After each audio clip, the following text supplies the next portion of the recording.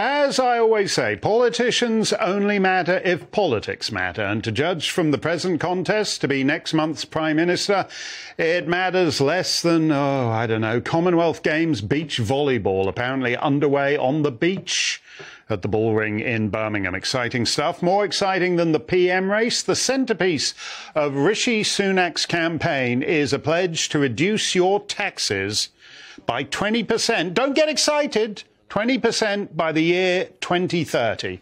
Apparently, this year's Tory leadership campaign is for an 8-year term, which no Tory leader has served since the 1980s. So PM Rishi isn't going to be one of these fly-by-night characters like Theresa Cameron or David Major or any of those guys. Are you planning on being here in 2030? As we reported yesterday, according to the official government figures, England, by the end of July, had excess mortality of over 18%. So if that keeps up, you're unlikely to be here to enjoy Rishi's 2030 tax cut. As we've discussed, there's a lot of unknown cause of death going around. And if you pick up a dose of it, you'll be well out of it by 2030. Mr. Sunak says you can't get a break on taxes before then because he doesn't want to screw over our children. That ship has sailed. Our children are screwed. And now we're basically screwing over generations as yet unborn and unlikely to be born until the next century. The national debt is 100% of GDP. The monthly interest on the debt has doubled. In June last year, it was 10 billion quid. In June this year, it was 20 billion. Just to be clear, that's not paying off any of the debt. That's just the interest. The National Health Service is now the world's most expensive Zoom call.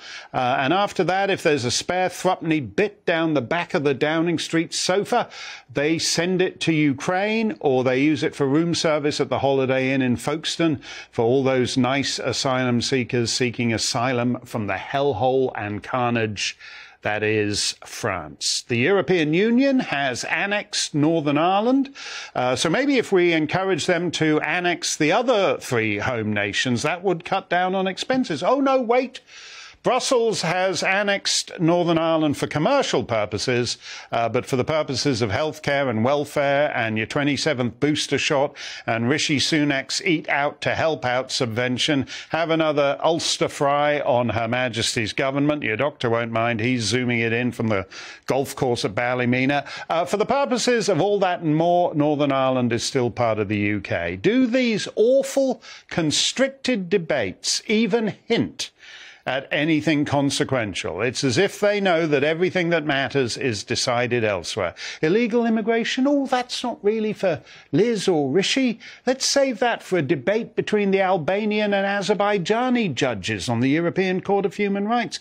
Lockdowns? What the hell were we thinking? No, that'd be a good question for a debate between Dr. Tedros and Klaus Schwab, moderated by Bill Gates.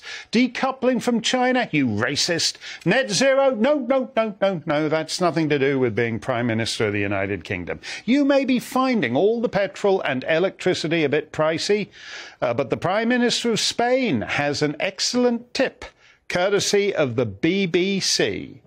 Spain heatwave. PM tells workers to stop wearing ties to save energy. And as you can see, that Spanish fella, he's not just talking the talk, he's walking the walk and not tying the tie. Impressive. As they say in Spanish, ¡ay, caramba! Oh, no, wait, sorry, it's tie, caramba. Are you dreading the approach of winter? What with the energy bills, a good affordable way to stay warm in the depths of February is to put on a couple of extra ties. It's the reverse of what they're doing in Spain. If you're shivering in your flat, why not wear a long tie, a bow tie and a cravat? The sweat will be pouring off you and you can use it to power your hydroelectric Teasmade. For 2 years, Western governments screwed everything. And they're surprised now to find that it's all totally screwed. And in fact, they're not done with us. They've got more plans for us yet. Let me know what you think. GB Views at gbnews.uk.